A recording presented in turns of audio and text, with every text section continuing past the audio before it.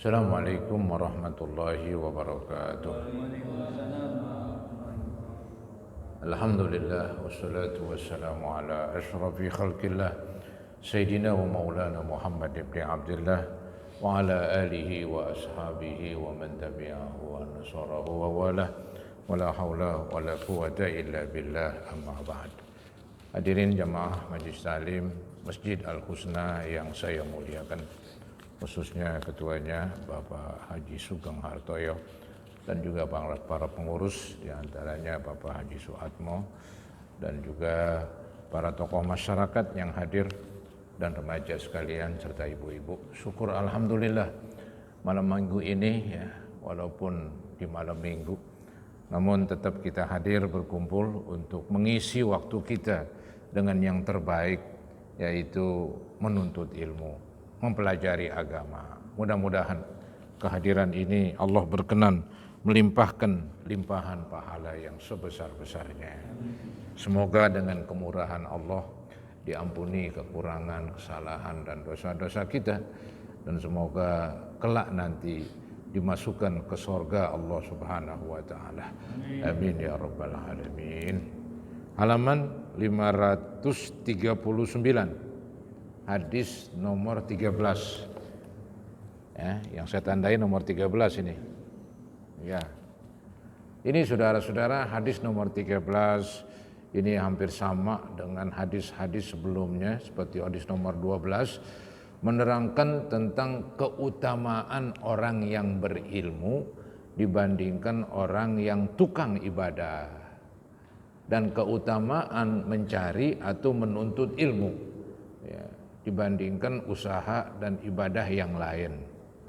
Karena ilmu ini manfaatnya melebar, menjalar, buat diri seseorang yang menuntut ilmu, juga buat orang lain begitu. Karena juga ilmu itu penerang, menerangi seseorang sehingga dia tahu mana yang boleh, mana yang tidak. Jadi enggak gelap keadaannya lantaran dia punya ilmu, dan ilmu ini juga membuat ibadahnya makin bagus, makin bermutu dan berkualitas ya. Ilmu ini juga membuat seseorang jadi dinasehati oleh ilmunya sendiri ya. Seseorang ketika error istilahnya ya, terpengaruh dengan kawan atau hawa nafsu atau bisikan setan, nanti dia bisa sadar bila mana ada ilmunya. Ilmu itu memberi nasihat, ilmu itu membuat orang menjadi sadar dari perbuatan buruk ya. Itulah manfaat-manfaat ilmu agama. Maka dari itu ilmu agama itu sesuatu yang utama, sesuatu yang punya nilai ya. Maka disebutlah keutamaan menuntut ilmu. Nah, ini salah satu hadisnya nih di nomor 13 halaman 539, yaitu wa an Abi Darda radhiyallahu anhu qala sami'tu Rasulullah sallallahu alaihi wasallam yaqulu man salaka tariqan yabtaghi fihi ilman sahhalallahu lahu tariqan ilal jannah wa innal malaikata la tadau ajnihataha li talibil ilmi ridwan bima sana'a wa innal alima la yastaghfiru lahu man fis samawati wa man fil ard hatta al hitanu fil ma'i wa fadlul alimi 'alal 'abid ka fadlil qamari 'ala sairil kawakib wa innal ulama warasatul anbiya wa innal anbiya'a lam yuwarrisu dinaron wala dirhaman wa innama warrathul ilma faman akhazahu akhadha bihadzin wafir. Rawahu Abu Daud wa Tirmizi. Artinya Abu Darda radhiyallahu anhu berkata, aku mendengar Rasulullah sallallahu alaihi wasallam bersabda, barang siapa yang menempuh jalan untuk mencari ilmu ya, ketika dia di masjid ada pengajian diikut serta, apalagi memang dia sengaja datang dari rumah, anggaplah nggak ada kesengajaan, Dia niatnya mau sholat jamaah, tahu habis sholat jamaah ada pengajian, diikut serta. Nah ini juga termasuk menempuh jalan untuk mencari ilmu. Walaupun nggak perlu jalan lagi, dia sudah berada di masjid. Begitu. Yang penting orang yang menuntut ilmu, begitu ya, singkatnya, maka Allah akan memudahkan baginya jalan ke sorga. Ini janji Nabi Muhammad SAW. Yang menuntut ilmu, yang menempuh cara supaya dapat ilmu, nanti untuk ke sorganya Allah mudahkan. Ini para ulama mencari-cari ini bagaimana gambarannya kok dengan sebab ilmu itu jalan menuju ke sorga jadi makin mudah. Ada beberapa alasan secara akal ya. Yang pertama, dengan dia punya ilmu ya, dia kan banyak tahu mana yang boleh, mana yang tidak. Ya, sehingga dia mengerjakan yang boleh. Dia banyak tahu tentang ibadah-ibadah, cara-cara ibadah, bermutunya begitu. Sehingga dikerjakan dengan baik, maka pahalanya makin besar. Ketika pahalanya banyak, ya mudah sekali dia untuk masuk ke sorga. Ini namanya dimudahkan. Ya, jadi dimudahkan orang yang nuntut ilmu masuk ke sorga, karena dengan ilmu itu orang jadi banyak tahu apa yang dibolehkan atau yang tidak. Orang jadi punya kontrol. Ya, jadi dia punya rem, ada remnya itu ilmu. Ya. Nah, ini kan membuat seseorang jadi baik. Berarti untuk ke surga jadi makin mudah. Ada lagi alasan yang lain katanya. Orang yang nuntut ilmu jadi mudah ke surga karena waktu nuntut ilmu capek. Ya, penat pikiran, ya, duduk berlama-lama misalnya, agak beda begitu. Ya, jadi tantangannya itu berat. Karena dulu dia udah merasa berat menuntut ilmu, maka nanti di akhirat Allah nggak buat berat lagi, dimudahkan jalan ke sorga. Nah itulah ya, yang disebut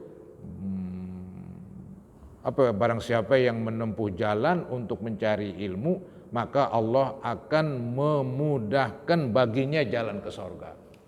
Ya. Kemudian lanjutannya nih, dan sesungguhnya para malaikat akan membentangkan sayapnya kepada para pencari ilmu sebagai keredoan terhadap apa yang ia perbuat. Jadi sampai-sampai malaikat pun merasa senang dengan orang-orang yang kumpul menuntut ilmu.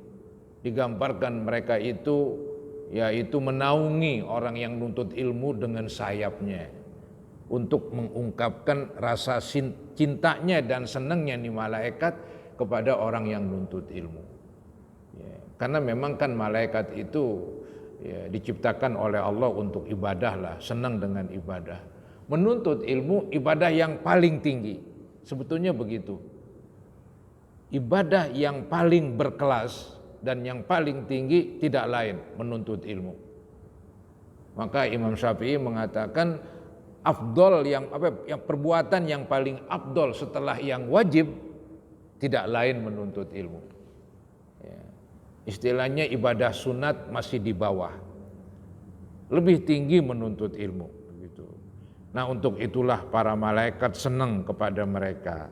Maka digambarkan mereka membentangkan sayapnya kepada para pencari ilmu sebagai keredoan terhadap apa yang ia perbuat. Ini yang disebut hadisnya, wa innal malaikata la tad'u ajnihataha li talibil ilmi ridon bima sona. Kemudian arti selanjutnya, dan sesungguhnya penghuni langit dan bumi sampai ikan-ikan di laut pun akan memintakan ampun bagi seorang yang berilmu. Ya, hadisnya wa innal alima la yastaghfiru lahu man fis samawati wa man fil ard hatta al hitan fil ma. Yang artinya dan sesungguhnya penghuni langit. Siapa penghuni langit? Di antaranya para malaikat. Penghuni langit. Ya. Dan bumi, penghuni bumi banyak sekali ini. Ya, termasuk hewan-hewan. Hewan di darat, hewan di laut, begitu. Hewan di udara, begitu. Nah, semua hewan-hewan ini mendoakan. Sampai ikan-ikan di laut pun itu jumlah ikan nampaknya mungkin lebih banyak dari jumlah manusia. Ya. Sampai-sampai ikan-ikan di laut pun akan memintakan ampun bagi seorang yang berilmu. Orang dikatakan berilmu setelah dia menuntut ilmu. Ataupun dia masih sedang menuntut ilmu, udah dikatakan berilmu dengan ilmu yang udah dia dapat dari kemarin-kemarin. Jadi begitulah saudara-saudara, terhormat sekali orang yang nuntut ilmu. Tapi kan manusia banyak nggak tahu, maka tuh majlis ilmu sepi aja terus. Mau dibilang apa? Jadi manusia belum mengerti hal ini. Padahal coba aja lihat pikiran itu, apa tentang orang yang nuntut ilmu, tinggi sekali kedudukannya. Hewan-hewan mendoakan. Kemudian nih lagi nih, dan keutamaan seseorang yang berilmu dibandingkan ahli ibadah. Orang tuh habis ibadah yang wajib, dia ibadah yang sunat, tambah lagi. Itu ahli ibadah. Kalau orang yang berilmu, habis ibadah yang wajib, nggak ngerjain yang sunat. Dia mungkin belajar, mengajar, begitu. Ya. Jadi dia lebih doyong kepada ilmu. Nah di sini Nabi bandingkan di sini nih, dan keutamaan seorang yang berilmu dibandingkan ahli ibadah, bagaikan keutamaan bulan purnama dibandingkan semua bintang-bintang. Kita tahu ya, di langit ada bulan dan ketika purnama terang sekali. Ketika terang bintang-bintang nggak kelihatan. Bintang akan kelihatan kelap-kelip kalau nggak ada bulan, kalau gelap di atas. Tapi kalau ada rembulan, bulan purnama, bintang nggak kelihatan. Nah bulan itulah orang yang berilmu. Bintang-bintang yang nggak kelihatan itulah orang yang ahli ibadah. Ini juga gambaran. Ya, mulianya orang yang berilmu dengan sebab dia menuntut ilmu. Jadi seseorang yang berilmu dibandingkan ahli ibadah, bagaikan keutamaan bulan purnama dibandingkan semua bintang-bintang. Dan sesungguhnya para ulama adalah pewaris para nabi. Yang betul mungkin nih ahli waris para nabi. Jadi Nabi sudah selesai. Ketika beliau meninggal, nggak ada Nabi lagi. Tapi ada penerusnya. Itulah ahli warisnya. Siapa dia? Para orang yang berilmu. Dulu Nabi Muhammad berdakwah. Nah ketika beliau sudah nggak ada, digantikan oleh orang-orang yang berilmu. Ya, menyampaikan firman-firman Allah. Menyampaikan pesan-pesan Nabi. Ya. Jadi ulama disebut ahli waris para nabi. Dan sesungguhnya para nabi tidak mewariskan dinar dan apalagi tidak juga dirham, uang emas, uang perak, nggak ada tuh para nabi ketika meninggal. Nabi Muhammad ketika meninggal nggak ada apa-apa. Ya, padahal beliau kalau ingin hidup mewah bisa aja, tapi beliau nggak mau. Bahkan beliau sederhana sekali katanya. Ya, jadi kadang-kadang ya 2 hari kenyang, 1 hari lapar. Dalam 1 minggu 7 hari nggak pernah kenyang terus begitu. Kalau kita 7 hari seminggu kenyang terus, nggak ada yang nggak kenyang. Ya, melimpah. Zaman Nabi sederhana sekali. Ya. Jadi emang beliau begitu yang maunya. Beliau memang maunya hidup sederhana. Nah ini ada nih, ya, sesungguhnya para nabi tidak mewariskan dinar, tidak juga dirham, akan tetapi mewariskan ilmu. Inilah warisan para nabi. Warisan para nabi adalah ilmu, termasuk Nabi Muhammad SAW. Warisannya bukan harta, uang dinar, uang dirham, uang dolar, uang rupiah, tapi warisannya ilmu. Maka para ulama disebut ahli waris yang menerima ilmu tersebut. Ya. Jadi sesungguhnya para nabi tidak mewariskan dinar, tidak juga dirham, akan tetapi mewariskan ilmu. Maka barang siapa yang mengambilnya, mengambil ilmu, mengambil warisan tersebut, berarti ia telah mendapatkan bagian yang banyak, mendapat keuntungan yang besar. Karena itu warisan Nabi, nggak main-main itu. Maka supaya jadi ahli waris Nabi gampang, caranya ya nuntut ilmu terus, menuntut ilmu terus sampai kita wafat. Istilahnya nuntut ilmu lintas umur, berapapun umur kita. Kecuali ketika udah meninggal baru berhenti. Minal mahdi ilal lahdi, dari buayan sampai masuk ke liang kubur. Nah kalau ada orang menuntut ilmu terus sampai mati, seenggak-enggaknya dia punya ilmu lah. Berarti dia telah mendapat bagian warisan Nabi Muhammad SAW. Ketika dapat warisan Nabi, dia mendapat keuntungan yang besar. Ilmu itu membawa kebaikan, untungnya nanti minimal di akhirat. Begitu. Hadis riwayat Abu Daud dan Tirmizi. Pelajaran hadis.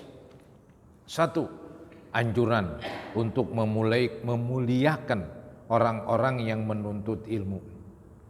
Karena orang yang menuntut ilmu itu kan mulia di hadapan Allah, mulia di hadapan Nabi, mulia di hadapan para malaikat, bahkan mulia di hadapan hewan-hewan dan makhluk-makhluk Allah. Maka mereka mendoakan. Maka untuk itulah katanya anjuran untuk memuliakan orang-orang yang menuntut ilmu, serta bertawadu, merendah diri kepada mereka. Kita merendah diri kepada orang yang berilmu dan rela atas amal yang mereka lakukan, kemudian mendoakan dan memintakan ampun. Artinya kita redok dengan mereka dan kita mohonkan ampun buat mereka. Inilah gambaran dan bentuk-bentuk memuliakan orang yang berilmu. Mendoakan mereka, memintakan ampun buat mereka. Kan tetap saja yang namanya manusia punya kesalahan. Ya wajarlah banyak orang memohon ampun buat orang alim. Ya begitulah tata keramanya. Karena kan tadi dibilang ikan aja minta ampun buat orang alim. Ikan di laut katanya. Jadi orang yang beriman sepertinya ya lebih menyadari memintakan ampun kepada Allah buat orang yang berilmu.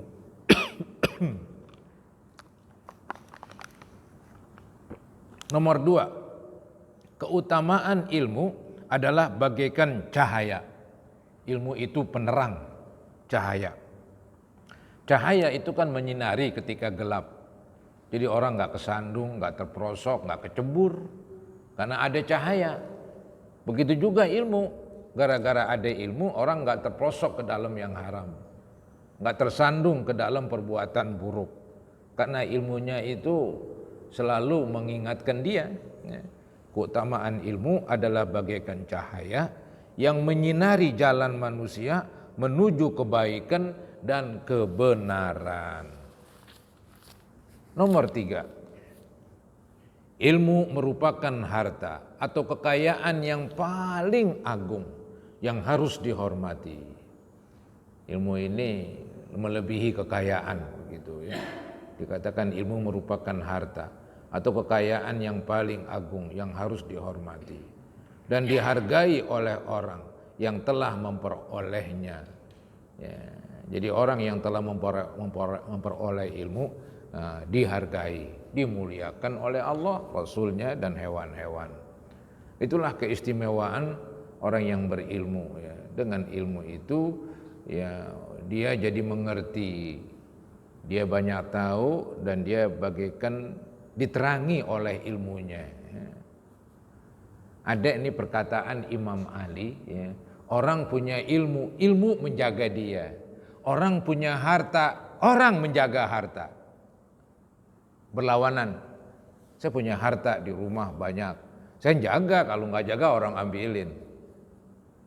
Tapi saya punya ilmu, saya nggak jaga ilmu, ilmu jaga saya. Artinya bagaimana? Ilmu itu akan menasehati kita, menasehati saya. Jangan berbuat itu nggak boleh. Jangan berbuat ini dilarang. Gitu. Itu bedanya katanya. Kalau harta kita yang memelihara dia, kalau ilmu pelihara kita, memberi nasihat, menerangi, begitu. Ya. Nomor 5, menghina dan merendahkan atau menyakiti ulama adalah perbuatan fasik dan sesat, sebab merekalah pembawa warisan kenabian. Ya. Begitu mulianya para ulama. Kemudian hadis ke-14.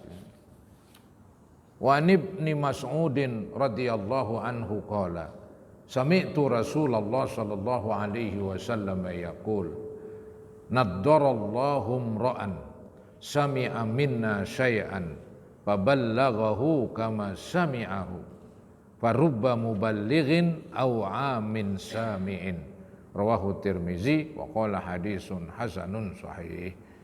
Artinya Ibnu Mas'ud radhiyallahu an berkata, aku mendengar Rasulullah sallallahu alaihi wasallam bersabda, Allah akan membaguskan seseorang yang mendengarkan perkataan kami dan menyampaikannya sebagaimana yang ia dengar. Maksudnya ini ya, orang yang mendengar hadis Nabi menyampaikan kepada orang yang tidak dengar, dan terus begitu berantai. Ya, jadi yang lebih-lebih ini para sahabat Nabi yang langsung mendengar sabda-sabda Nabi, dia menyampaikan kepada bawahannya yang disebut tabi'in begitu. Nah, ini dia didoakan oleh Nabi ini. Mudah-mudahan Allah baguskan ya seseorang yang mendengarkan perkataan kami, mendengarkan perkataan sabda Nabi dan menyampaikannya sebagaimana yang ia dengar. Dia waktu menyampaikannya dia nggak korupsi, artinya nggak dikurangin tuh omongan atau ditambahin, gitu. Ada istilah kalau omongan orang kurang orang tambahin, kalau duit disuruh sampein dikurangin, ya. Gitu. Jadi dia mendengar sabda Nabi disampaikan apa adanya, karena dia beramanat, bersifat amanat, ya. Nah itu yang menyampaikan didoakan oleh Nabi. Ya, mudah-mudahan Allah baguskan dia karena mendengar sabda Nabi kemudian menyampaikan apa adanya. Jadi hadis itu turun temurun dari Nabi. Nabi sampaikan kepada sahabatnya, sahabatnya sampaikan kepada tabi'in, tabi'in sampaikan kepada tabi'in, sampai perawi-perawi hadis nih, sampai ke Imam Tirmizi, Imam Bukhari, Imam Muslim. Mereka tulis di dalam buku. Mereka bukukan. Setelah mereka bukukan, itu pun disampaikan lagi kepada yang bawahan. Terus sampai ke bawah, sampai hari kiamat. Nah ini yang menyampaikan, Nabi doakan, mudah-mudahan Allah baguskan terus dia. Ini jenis sabda Nabi. Aku mendengar Rasulullah SAW bersabda, Allah akan membaguskan seseorang yang mendengarkan perkataan kami dan menyampaikannya sebagaimana yang ia dengar. Kemudian, nah ini Nabi memuji juga orang yang enggak mendengar langsung dari Nabi, tapi mendengar dari orang-orang yang mendengar dari Nabi. Dan betapa banyak orang yang telah disampaikan kepadanya suatu kabar lebih mengerti dan paham, lebih mengerti dan lebih paham daripada orang yang mendengarnya langsung. Maksudnya begini, misalnya ada sahabat Nabi mendengarkan hadis Nabi, ya, di kepahamannya sederhana aja begitu. Kemudian ini hadis disampaikan oleh sahabat Nabi, diterima oleh tabi'in. Tahu-tahu tabi'in lebih paham dia terhadap hadis tersebut. Maksudnya, kesimpulannya ini itu dia lebih paham. Nah, ini Nabi puji ini. Jadi untuk itulah katanya tetap hadis itu disampaikan kepada bawahan. Boleh jadi yang enggak mendengar langsung dari Nabi, mereka lebih paham. Mereka lebih mengerti. Jadi memang pemahaman itu beda-beda. Kadang-kadang yang mendengar langsung dari Nabi, ya kepahamannya sederhana aja begitu. Tapi yang tidak langsung dapat dari sahabat, kepahamannya begitu dalam. Ya, karena Allah berikan ya, otak yang cemerlang kali, begitu. Yang penting Nabi suruh sampaikan begitu. Sampaikan apa adanya. Bisa jadi yang disampaikan orang tersebut lebih paham ketimbang yang menyampaikan. Ya, hebat sekali itu. Ya, karena ini agama demikian. Kemudian dikatakan lagi, dan betapa banyak orang yang telah disampaikan kepadanya suatu kabar lebih mengerti dan paham daripada orang yang mendengarnya langsung. Hadis riwayat Tirmizi, ia berkata hadis ini hasan. Pelajaran-pelajaran hadis. 1. Keutamaan ilmu dan anjuran untuk menuntut ilmu. Jadi sahabat Nabi menuntut ilmu dari Nabi. Begitu. Itu dia mendengar, kan jendela ilmu melalui dengar, melalui melihat, melalui membaca, melalui bertanya.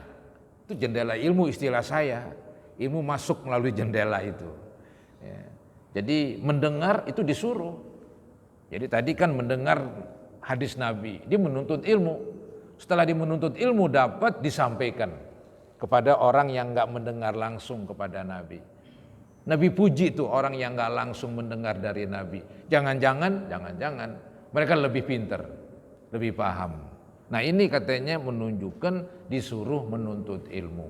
Ilmu itu disampaikan. Nanti yang mendengar sampaikan lagi. Udah nerima sampaikan lagi. Terus berantai, turun-temurun. Supaya agama ini tetap tegak. Agama akan hidup dengan ilmu. Tanpa ilmu agama bisa lenyap. Hanya tinggal nama doang. Begitu. Maka disuruhlah, didoronglah menuntut ilmu. Keutamaan ilmu dan anjuran untuk menuntut ilmu. Nomor 2, memegang amanah untuk mengajarkan ilmu serta berhati-hati dalam menjaga dan memahaminya. Jadi ilmu agama ini amanat. Dia nggak boleh sembarangan. Nggak boleh sembarangan memahaminya. Ya, kalau sembarangan memahaminya nanti error kata orang sekarang. Salah paham, ketika salah paham ya jadi kacau.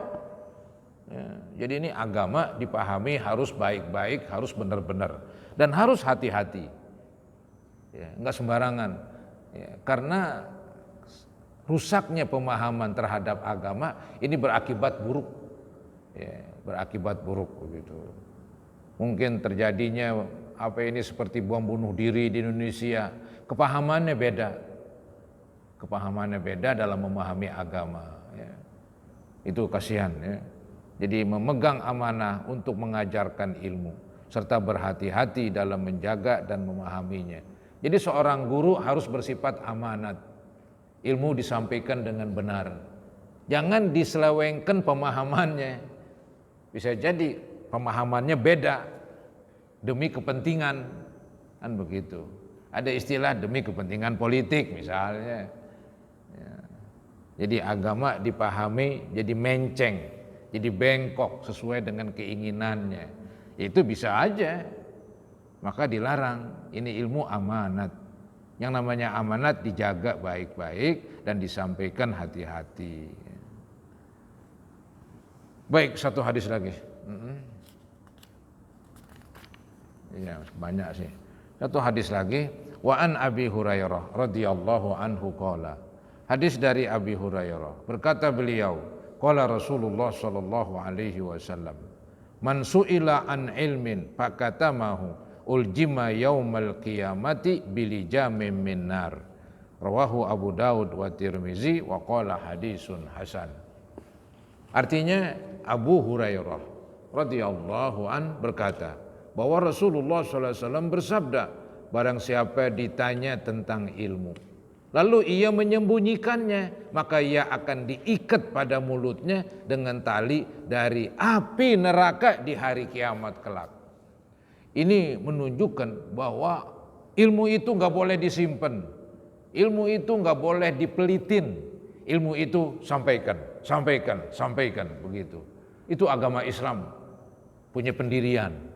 Ilmu disebarkan. Ya, maka didorong yang punya ilmu untuk menyebarkan, didorong orang yang mau belajar menuntut ilmu. Kloplah dua-duanya. Jadi memang Islam berkembang dengan ilmu. Kalau nggak ada ilmu, Islam akan runtuh. Ilmu agama khususnya. Ya. Jadi di sini barang siapa ditanya tentang ilmu, ya, Ditanya tentang hukum, ditanya tentang sesuatu, sedangkan dia paham, sedangkan dia tahu jawabannya, nggak mau jawab. Nanti di hari kiamat mulutnya ini dikasih tom. Ada tuh kuda ya, ketika dia mau pergi diajak itu sama majikannya kan ada lesnya itu ada besi tuh di mulut. Itu yang namanya lijam dalam bahasa hadis tadi itu, uljima. Maka nanti diumpamakan orang yang nggak mau menjawab pertanyaan padahal dia bisa, kecuali dia nggak bisa apa-apa, dia tahu, tapi apa jual mahal atau bagaimana dia nggak mau jawab. Nanti mulutnya dikasih api neraka, seperti kuda dimasukin besi itu ke dalam mulutnya. Di sini dibilang maka ia akan diikat pada mulutnya dengan tali. Ya terserahlah, itu masih benar juga lah. Hadis riwayat Abu Daud Tirmizi, ia berkata hadis ini hasan. Jadi pelajaran hadis, kewajiban menyampaikan atau mengamalkan ilmu jika kondisi menentukan.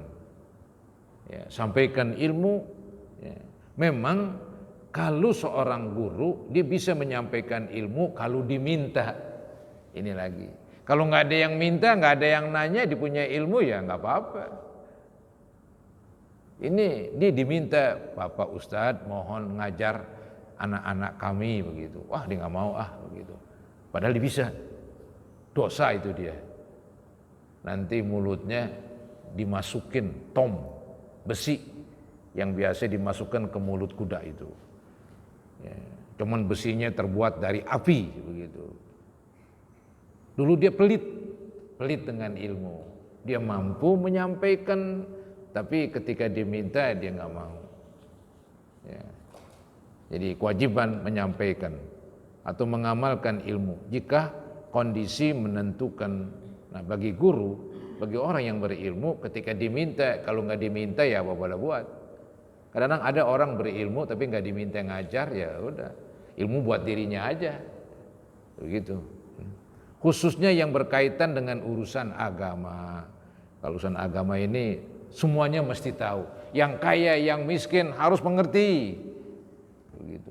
Maka dilarang dia jual mahal kasarnya. Dilarang dia menyembunyikan ilmu. Karena ini ilmu harus diketahui juga, bukan oleh orang kaya juga orang miskin. Maka yang menahan-nahan ilmu, itu dihukum nanti.